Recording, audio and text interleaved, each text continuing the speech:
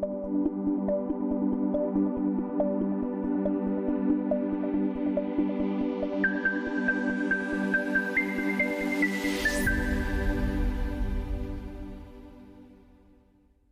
protestante, quando nós vamos tratar desse assunto tão importante para nós. A reforma aconteceu em 31 de outubro de 1517. Mas eu gostaria de começar falando sobre o impacto da reforma protestante, lendo um texto bíblico e deixando claro para os irmãos o sentido desse texto e a razão dessa leitura. É o Salmo 27.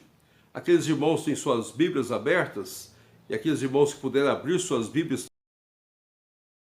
que lessem no Salmo 27. O Senhor é a minha luz e a minha salvação. De quem terei medo? O Senhor é a fortaleza da minha vida. A quem temerei? Quando malfeitores me sobrevêm para me destruir, meus opressores e inimigos, eles é que tropeçam e caem. Ainda que um exército se acampem contra mim, não se atemorizará o meu coração. E se solar contra mim a guerra, ainda assim terei confiança. Uma coisa peço ao Senhor, e a buscarei, que eu possa morar na casa do Senhor todos os dias da minha vida, para contemplar a beleza do Senhor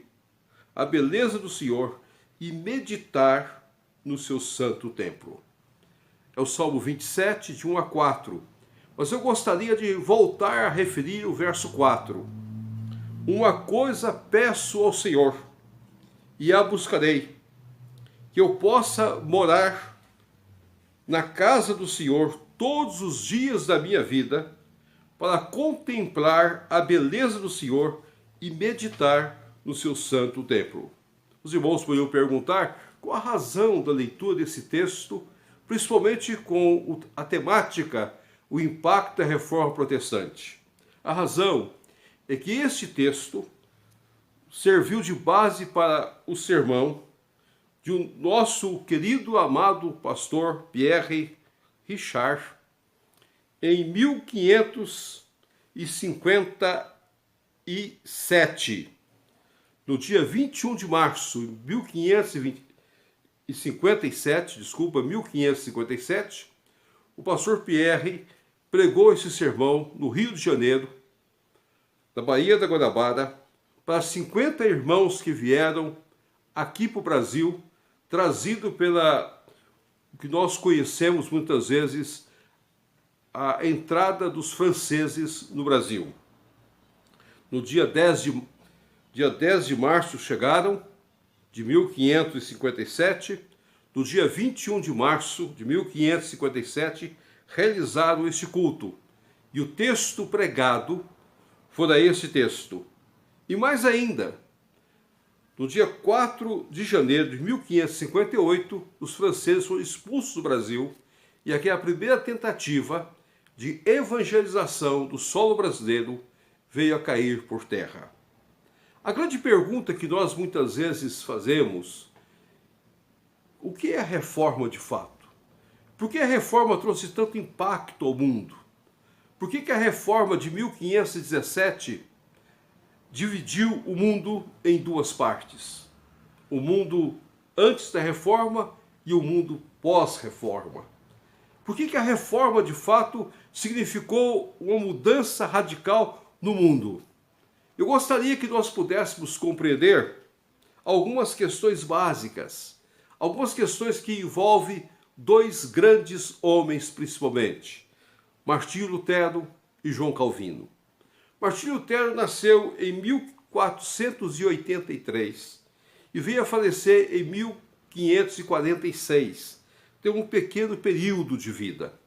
Mas foi nesse período de vida que em 1517, no dia 31/10, ele apresentou na porta da Capela de Wittenberg, da Saxônia, as suas 95 teses para um debate acadêmico para aqueles dias. A preocupação básica de Lutero era convidar as pessoas para estudar para meditar, para rever as suas posições, para colocar diante do povo algumas preocupações que estavam acontecendo naqueles dias. Naqueles dias o mundo estava em ebulição. O mundo estava vivendo momentos difíceis, o mundo conhecido daquela época, e principalmente a Europa naqueles dias.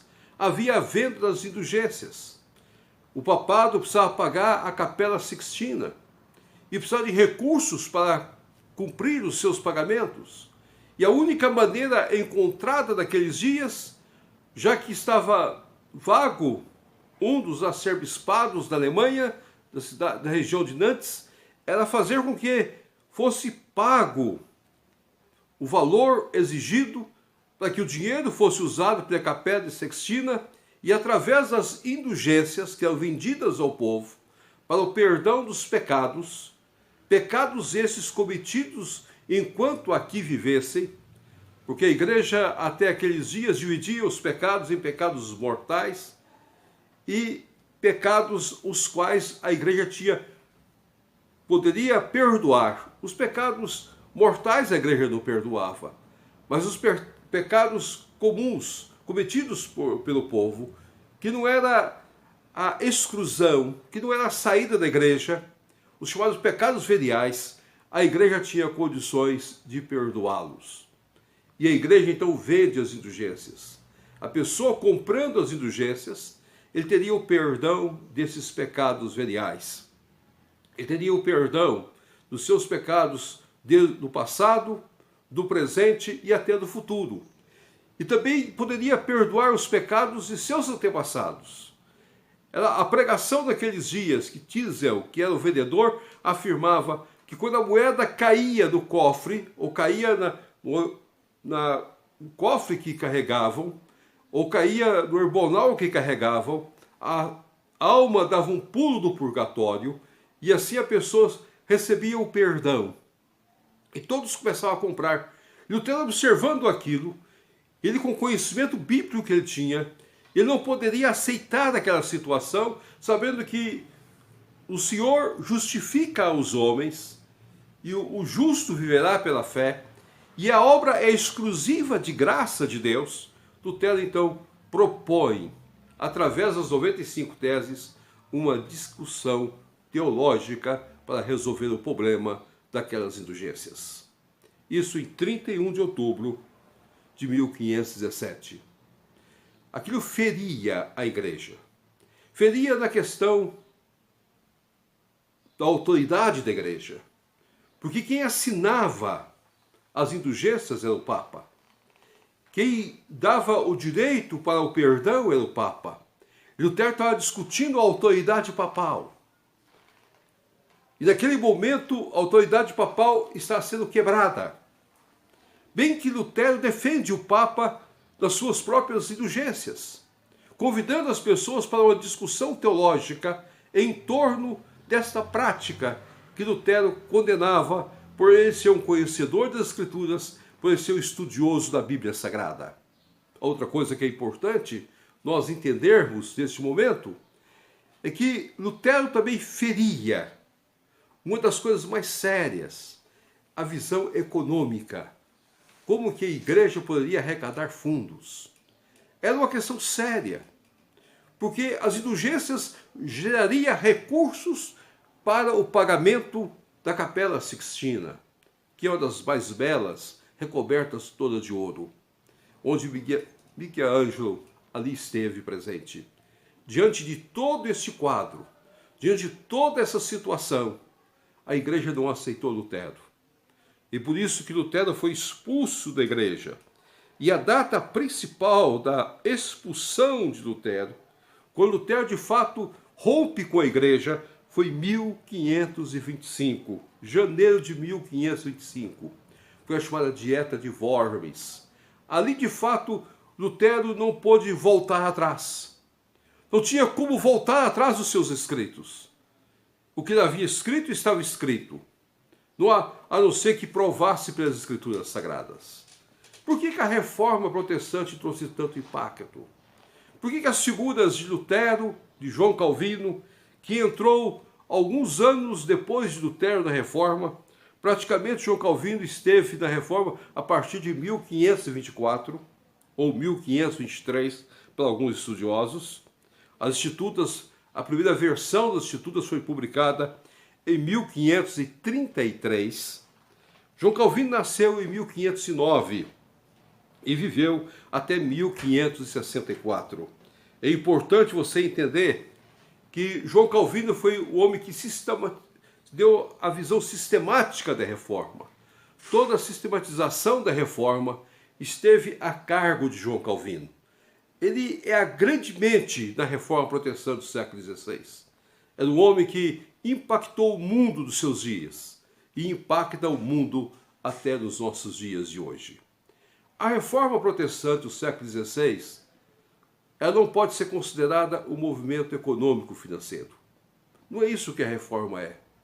Mesmo que a Reforma trouxe uma nova visão de vocação, trouxe uma nova visão de mundo para aquela época, uma centralização diferenciada, dizendo que as pessoas podem crescer, podem desenvolver, podem ocupar diversos setores, mas a Reforma não é um movimento econômico. A Reforma não é simplesmente um movimento educacional. Mesmo que a Reforma tenha chamado a atenção para a liberdade, para a instrução, para que as pessoas pudessem estudar, pudessem ter condições de ir à escola, a escola para todos.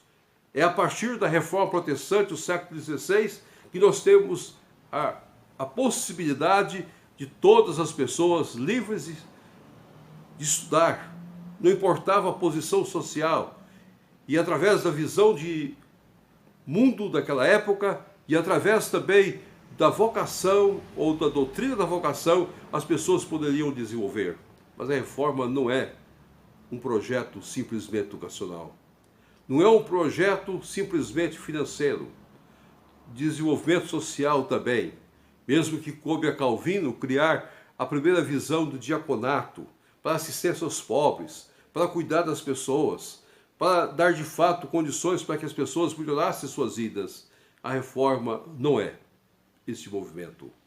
Então, o que é a Reforma? A Reforma é muito mais do que todas essas coisas.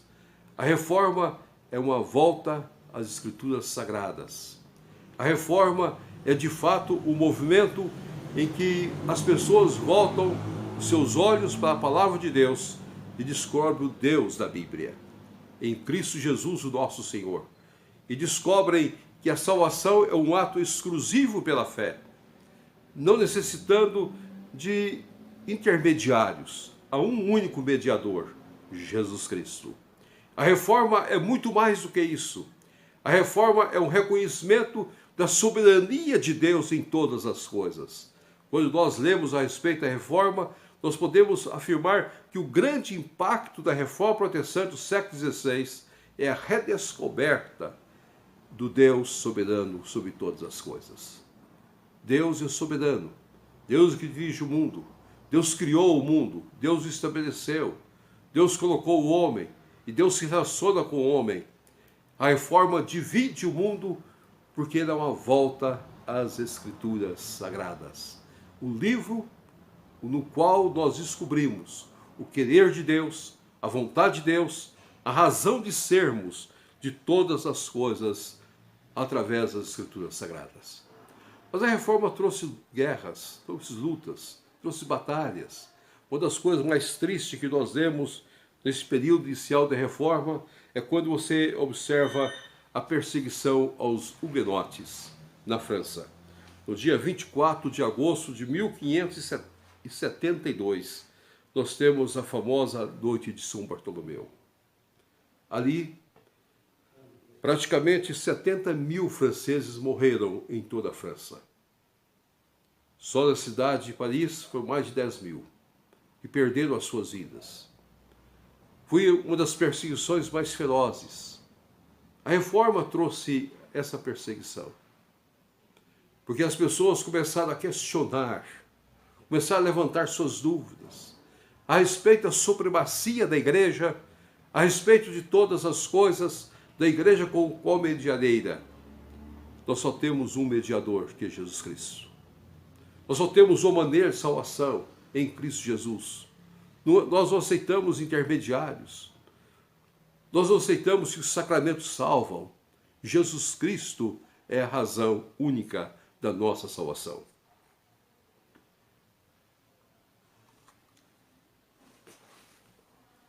Meus queridos e amados irmãos, quando você olha para este ponto, você descobre então o grande impacto da reforma. A reforma impactou todas as áreas, porque impactou a mudança total de um homem que agora está debaixo da soberania de Deus. Então todas as áreas da vida desse homem seriam impactadas por essa nova visão, por essa nova postura, por essa nova maneira de enxergar o mundo. Ele não enxergaria o mundo através dos olhos mais da igreja, mas dos olhos das Escrituras Sagradas. Ele não enxergaria o mundo mais da visão dos teólogos medievais, mas ele enxergaria o mundo através de uma visão nova que as Escrituras Sagradas traziam para nós. A Bíblia foi colocada na mão do povo. O povo agora tinha a oportunidade de ler as Escrituras. Isso traz mudanças radicais, transformações completas. Agora a reforma de fato veio impactar a educação. Calvino criou a Academia de Genebra. A reforma veio impactar a política daqueles dias, mostrando que é a possibilidade de termos uma democracia, de vivermos um Estado democrático de direito, onde o povo pode participar. A reforma foi um ataque ao feudalismo daqueles dias.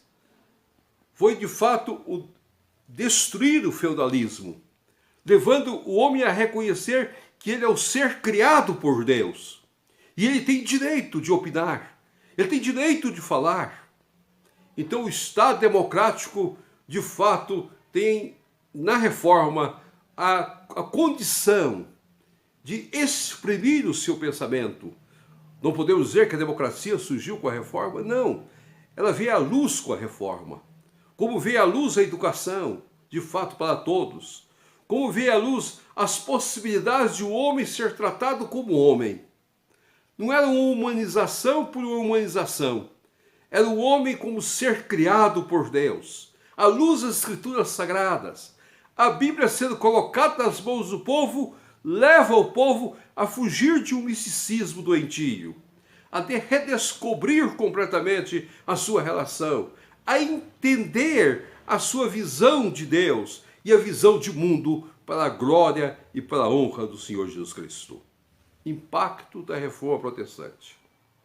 A reforma impactou o mundo daquela época e veio impactando o mundo desde o século XVI até os nossos dias. Levou o mundo também a ver que é possível fazer missões. Por isso que em 1557, quando os nossos primeiros irmãos chegaram aqui no Brasil, com a invasão holandesa, a invasão francesa, nós vamos encontrar o primeiro culto celebrado no Brasil, quando nós lemos o Salmo 27, no início desta mensagem, deste momento sobre o impacto da reforma. A evangelização estava presente. A necessidade de levar a mensagem aos povos. A reforma não foi um movimento parado no tempo e no espaço. Foi um movimento forjado. E eu gostaria de ler de um autor de livros sobre a reforma, Felipe Fernandes, e ele fala alguma coisa que chama-me a atenção. E eu gostaria de ler uma frase que ele coloca a respeito de Lutero. Os homens já vinham falando em reforma, mas eu a realizei. Pela graça de Deus, efetuei a mudança de forma a estabelecer a ordem correta para todas as camadas da sociedade, de maneira que cada uma saberá como viver e servir a Deus, segundo o papel que lhe cabe. E para aqueles que a aceitaram, minha reforma trouxe não um pequeno benefício, mas paz e virtude. Eu gostaria de ressaltar para todas as camadas da sociedade. E no outro trecho quando ele refere-se a João Calvino, ele coloca algo que me chama profundamente a atenção, que eu gostaria de ler para os meus queridos e amados irmãos. Aqueles que veem João Calvino como super-homem, intelectual e espiritual, e também aqueles que consideram que ele foi um legalista bitolado e intolerante, costumam projetar a imagem do reformador como um pensador sistemático, que tratou de idealizar claramente e expressar rigidamente toda a sinopse da fé cristã por escrito. No entanto, o pensamento de Calvino permaneceu num processo de desenvolvimento contínuo até o fim de sua vida. O fogo no qual ele forjou sua teologia estava sempre sendo alimentado pelos carvões do conflito, sua própria peleja com a palavra de Deus e seus embates com oponentes dentro e fora de Genebra. As institutas foram revisadas diversas vezes. É importante ter isso em mente quando nos pomos a estudar a organização da comunidade calvinista. Quando nós estudamos João Calvino, nós vamos ver esse pensador ativo, coerente, que a reforma trouxe para nós. A reforma impactou todas as áreas, mas a reforma é um movimento principalmente religioso. A redescoberta do Deus soberano e a entrega das Escrituras Sagradas como um ponto básico para a vida das pessoas. Que no período do estudo que os nossos queridos irmãos vão ter sobre as diversas áreas, que o impacto da reforma seja algo muito claro para todos nós. A reforma protestante divide o mundo em antes da reforma e pós-reforma, pela graça de Deus, porque Jesus Cristo esteve presente. Deus soberano sobre todas as coisas, sobre tudo criado e tudo para a glória dele. Que Deus assim nos abençoe. Amém.